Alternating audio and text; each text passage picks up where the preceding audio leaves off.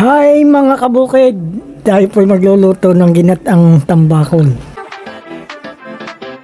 Ibalot po natin itong tambakol sa dahon ng kakao.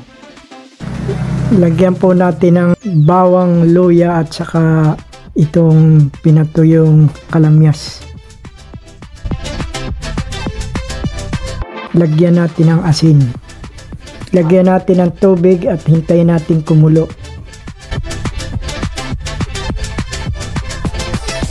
Pag nakulo na ay lagyan natin ng paminta.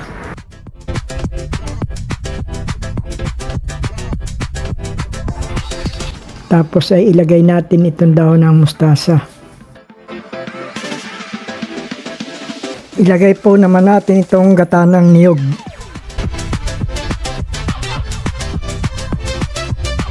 O ayan, ready to serve na mga kabukid.